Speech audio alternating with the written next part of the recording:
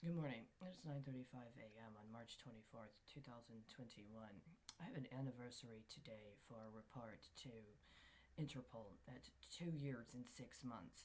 I'm going to use this time to try to broaden and also focus some very important information that has not been appropriately contextualized, much less moved on thus far. First of all, I'm going to acknowledge that I believe last night I was subjected to another effort at a nano attack. This has happened for a considerable amount of time, and as a matter of fact, part of the attack involved running reports on my efforts to report previous nano attacks, including to the Vaccine Adverse Event Reporting System, starting in February of 2018, and to attempt to report information I had to a former colleague of mine that I know had studied nanotechnology as part of his higher education and had previously worked in international agencies that provided humanitarian assistance in the form of medical care to people. Had not received any information from anybody about any of their efforts to move on that. And that's also in addition to attempting to contact members of the Department of Commerce, the Department of State, and the Department of Defense concerning my certifications in non destructive testing in accordance with an executive order from the Bush era regarding chemical and biological weapons. And again, to this day, I've not received any response from anybody. I am, however, at this time in a situation where I am insistent that I and others be provided with a report on the activities of a gubernatorial commission that was established in the state of Texas at least as early as 2005 that consolidated authority for the commission under the governor of Texas, presumably in matters related to bioengineering, biotechnology, biomedicine, and nanotechnology. The original version of this commission was actually placed under the rubric of the Texas Small Business Code. Now, since then, it has been put into another context, but the inception of that commission placed all authority under the Texas governor, who at the time was Rick Perry, and also put it under the rubric of the Small Business Code, as if the actual definition of the Small Business Code, at least in 2005, according to the official text of the Vernon's annotated legal codes text, which is, as I understand it, to be a form of noting or indexing regarding the application of laws and how it moves through the court system for the year, said in was for the state of Texas. Mind you, the version I had at the time was a hardcover version, which means that was on the books for several years.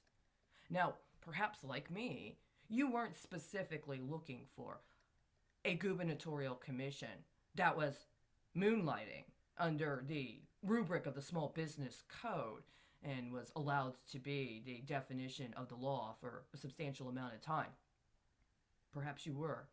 The point of the matter is that there's no mention of that now. And it's absolutely urgent and essential that not only if such a thing were in Texas, but in any other state of the United States, that we know about that. It's absolutely unacceptable to try to say that we have a health outbreak and that the means by which one would address factors related to that health outbreak are somehow obscured in laws that now are going on 16 years old, at least 16 to 20 years old, meaning that for 16 to 20 years, in the state of Texas at least, the governor had the authority to have a secret commission, or rather a commission that was allowed to accumulate secret information concerning what, in the most extreme scenario, could constitute the manufacture of biological weapons. It's completely unacceptable. Nobody's responded to that, just like they haven't responded to anything else. And you know what this lets me know? This lets me know that that's the level it's at. This is not about saying to me, well, we expected her to be in a part of our automation because she has, something she could do, but she keeps refusing to perform this one command that we need her to execute in order to move her down the assembly line. I am not allowing you to try to use my life or my people in an assembly line for the manufacture of biological weapons, especially if you've been lying to us this whole time and trying to masquerade it under healthcare. Why? Because today, 4 years ago, would be the anniversary of when I was kidnapped in Texas.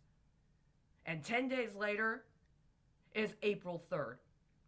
April 3rd of 2020 will be 1 year after the President of the United States met with all of the executives of the gas and oil sector. Did you think that was funny? The National Petroleum Council used to be the Neuropsychiatric Center, which itself used to be the National Political Committee. No, you're not kicking me back in the pipeline so that I can be a peon or a cog in a machine for the manufacture and distribution and use, by the way, of biological weapons on people, supposedly your own people.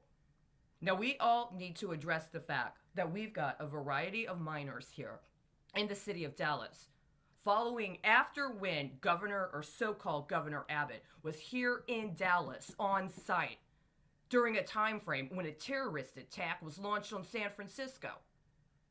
That should be all I need to say.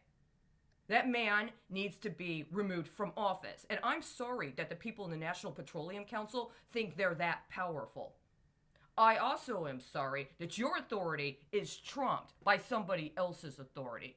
Somebody who was in good standing at the time, who was allowed to be kidnapped, and your failure to respond in any substantive manner has led us to a crisis of such magnitude that it jeopardizes global security. I also just want to say one more thing. On March 8th, let me make sure, the March 8th, there was a meeting of the House committee. There was a House committee meeting